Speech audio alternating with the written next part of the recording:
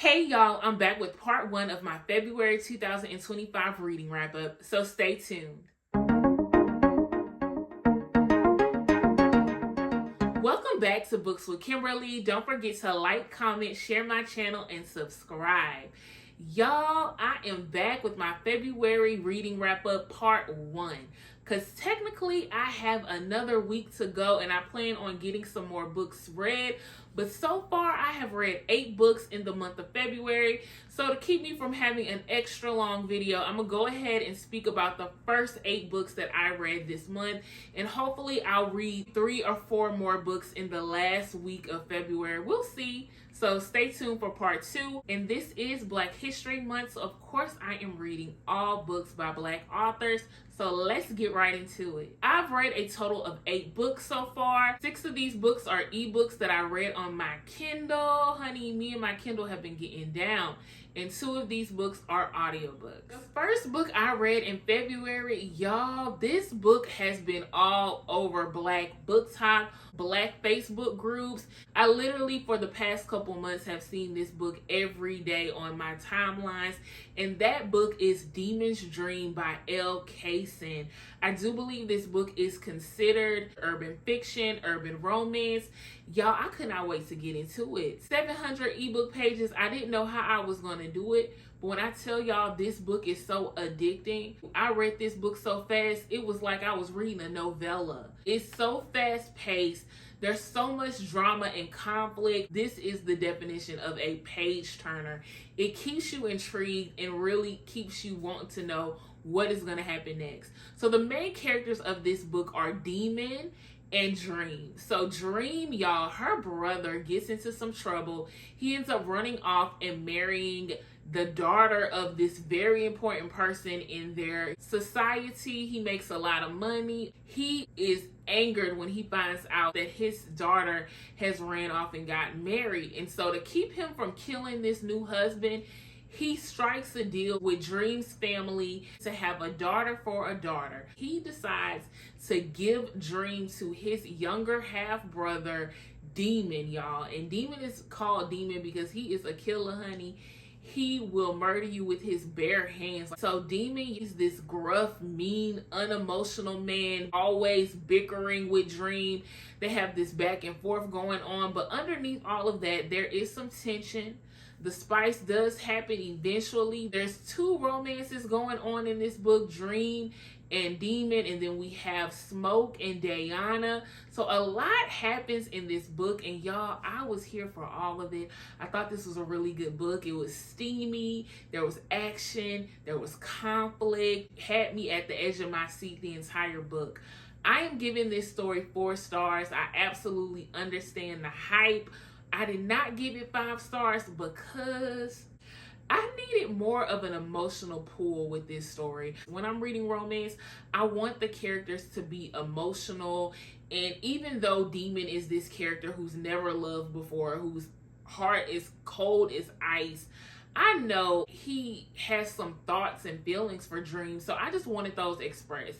Even if he's not saying I love you, say to another character or have some internal dialogue that lets us know as the reader that you like her, that you're interested in her. They do have some good chemistry. You know, he took her on dates, spent money on her. You know, I like that. Overall, I just really enjoyed this book, and I definitely want to read more from Elle Kayson. Demon's Dream had me wanting more urban fiction, so the next read is by Jahquel J, who she's an author who's going viral right now. All I see is her books. I decided to start Capone, but I wasn't ready for a series of 6 books. So this next book I thought was a standalone, but is the first book in a series. And the book is 10,000 Hours with a Rich Menace by Jahquel J. So this book is the first in a series, but it's not necessarily a standalone because there are a lot of characters mentioned in this story that they have origins in the other book series that she has. And the only thing about that is that these characters were not introduced, like who they are, how did they get in their relationships. But this book is about Menace Caselli, y'all. Menace, whose real name is Maverick. He's similar to Demon, cold-hearted, Don't play no games. If you cross him, he will kill you. Everybody knows he is crazy. They are scared of him. They do not look him in the eye. At the start of this book, you are introduced to the character Stevie Ray. She has lost her mother, and then we skip to 4 or 5 years later, where she is still in this stagnant place of struggling to pay her rent. She has this friend named Priscilla who's really fun and always going out, dating rich men. She tells Priscilla how she's struggling to pay her rent. Priscilla is like, girl, I'll send you some money. So she sends her some money. She tells her, look, you keep $5,000 and just send the rest to me. And so they do this a few times, and y'all, Stevie is not even questioning where this money is coming from. The money is coming from Menace. And so while they are on vacation out of the country, Menace sends his people to grab them up because he plans on killing them. Menace Caselli is immediately attracted to her, and because he needs a wife, he decides to give her an offer that she cannot refuse, which is to be married to him in this business proposal. Even though it is considered slow burn, they didn't really take a long time for this to go from a business proposal to a real engagement and the two of them really being in love. Stevie, y'all, is so green. She is quirky. I love a naive female character. You know, a little dumb, a little ditzy, a little green, like innocent. They do not irritate me at all. I find them very endearing. So I absolutely ate this book up. I gave this book 4 stars. What kept me from giving it 5 stars is actually the opposite critique of Demon's Dream. I wanted more emotion and romance between the two main characters. In this book, y'all, there was so much romance. Like every other chapter was, I love you. Are you sure you want to really get married to me? I love you. You were made for me. We were meant to be together. Like, they are just pouring and pouring their hearts out to each other. And I feel like it was so much of that and not enough drama and conflict. Like, where was the drama and conflict that I was looking for in an urban fiction romance? Like, it was there right at the beginning, but I felt like once the main couple got together, we didn't really see a lot of that drama and conflict that I was expecting. The next books, y'all, were 3 books in a series by Endiyah Carter, and that is the Danger Brothers series. Y'all, these books are steamy. I will tell y'all, they give Black 50 Shades of Gray, 50 Shades of Black, maybe 50 Shades of Danger. How about that? It goes there. So the spice level in all of these books are very high, and it increases when you get to the 3rd book. So you have been warned. The first one is Tempted by Danger, and we are introduced to Diamond Danger. He's this very strict CEO, but he ends up falling for his secretary. This one was given slow burn to me because the main characters did not meet each other until like 30% of the book. His secretary is Quincy. She's from this small town in Florida. Y'all, he is so intrigued by her that he spends $500,000 to be like her sugar daddy at this secret club.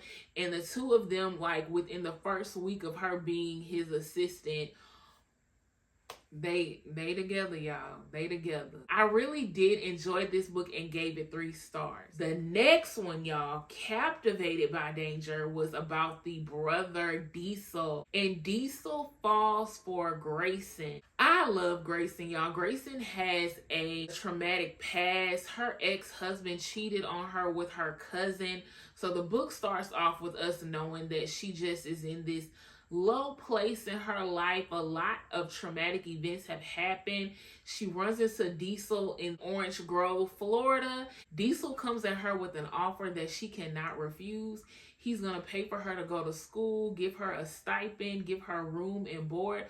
All she has to do is be his sub. And sis takes that offer, honey. And of course, the feelings develop. And I loved it. There was drama. There was spice. There was emotional things going on, her dealing with her past trauma, talking about grieving. There was a lot in this book. It kept me on the edge of my seat. So I give this one 5 stars. Now, the last book, Intrigued by Danger, is about Declan Danger, y'all.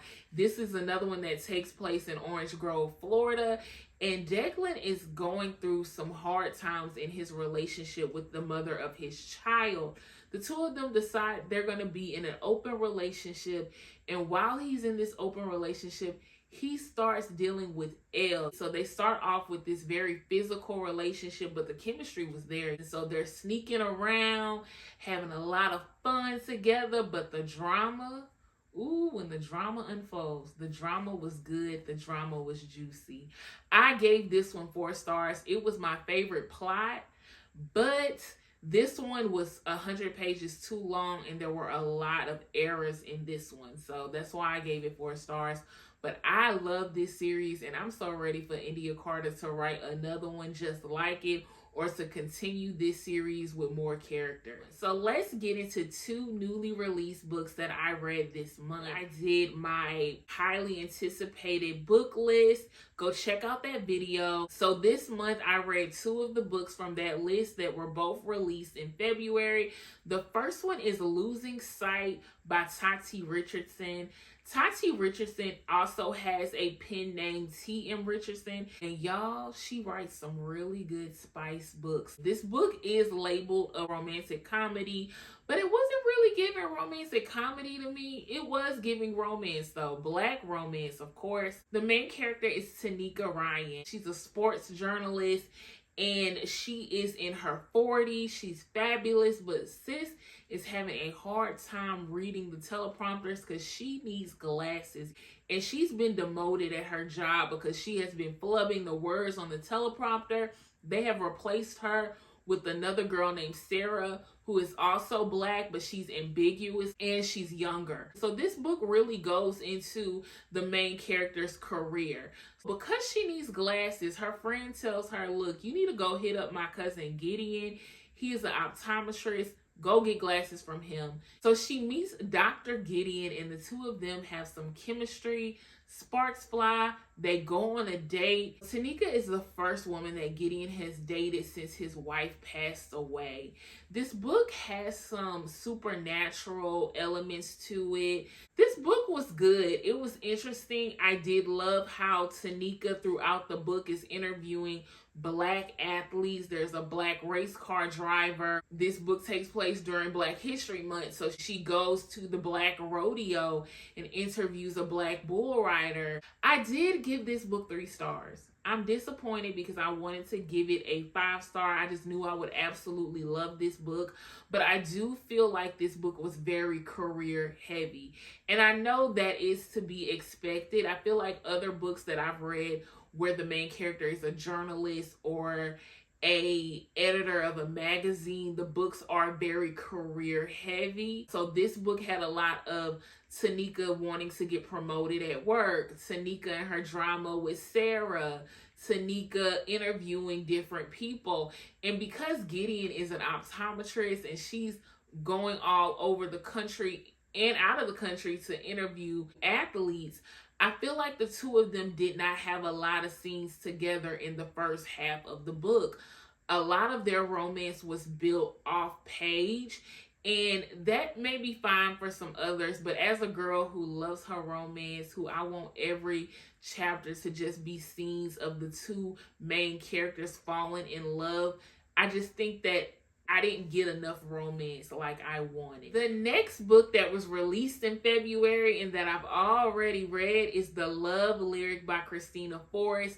This is the last book in the Green Sisters series. So this book is about Iris, who is a widow, and she has a young daughter named Calla. Iris has not dated since her husband passed away several years ago. She's ready to be on a dating app, but the other main character, Angel, who is an R&B singer, he has been crushing on her since he first met her years ago at her sister's event. The two of them end up working together. This was really slow burn because the whole time Iris is like, I cannot date him. Our lives aren't compatible. I can't date somebody I'm working with. But they cannot stop this friendship that is developing, these feelings that are developing. I do love how Angel was just so patient with her being a mother, patient with her being a widow. He was writing love songs inspired by her. So I thought it was so beautiful how she became